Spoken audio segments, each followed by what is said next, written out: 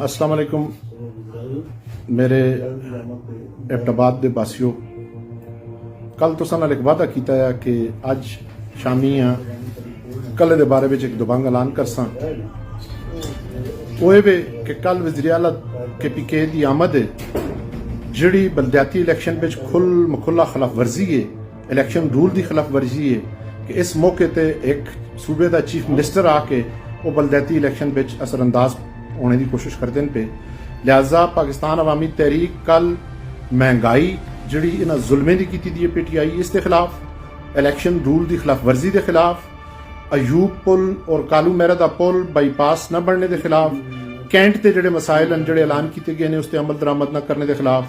और कचरा कुंडी सलाड तो दमतोड़ शिफ्ट करने के खिलाफ असां दा मौकफ है कि सलाड तो भी चाहिए जुले और दमतोड़ बिच भी ना वीराने में खड़ी जुले, और दमतोड़ दे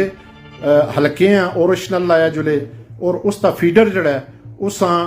नवांशहर फीडर न लाया जुले। इसके अलावा मकामी मसाइल जड़े नौजवानों दिन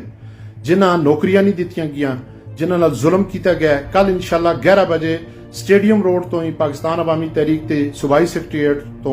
पाकिस्तान अवामी तहरीक एबटाबाद के जेरे तमाम भरपूर किस्म का एहतजाजी मुजाहरा, पुरअमन एहतजाजी मुजाहरा उसी ये मैं यकीन दहानी कराना कि असी पुरअमन एहतजाजी मुजाहरा जिसके अंदर कतबे हुसन बैनर हुसन वो साडा आईनी हक है कि असी